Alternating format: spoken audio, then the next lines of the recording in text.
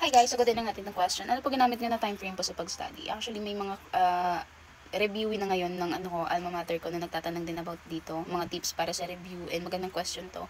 Personally kasi hindi ako fan talaga ng pagpupuyat sa pagbabasa or pag-aaral. Kasi my mind doesn't work 100% or productively.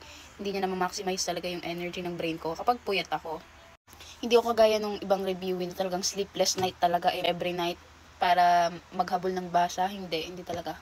Useless kasi yung napakarami mong nabasa pero hindi mo siya naintindihan. So, hindi na siya effective sa board exam ngayon. Mga questions doon, talagang kailangan mong gamitan ng critical thinking skills. Yan ay during dito sa bahay, okay? On my personal space ng pag-aaral or my personal time. Pero kapag nasa school, nasa review hall, nasa review session talaga, bare minimum talaga or non-negotiable sa akin na hindi ako matutulog ng at least 6 hours. Kapag 6 hours pababa talaga yung brain ko, hindi din talaga siya nagpa-function. And napatunayan ko yan sa maraming beses ng final coaching namin.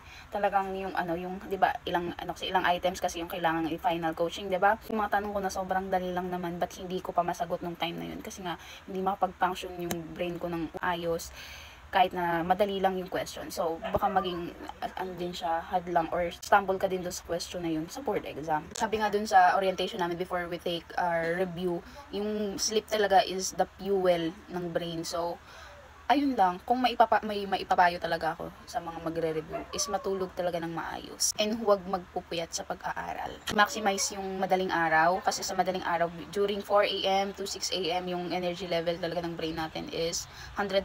Ewan ko kung 100% basta ano siya mataas, 90 to 100% ata yun. So correct nyo na lang kung ilang percent yung oxygen level ng brain nating tao.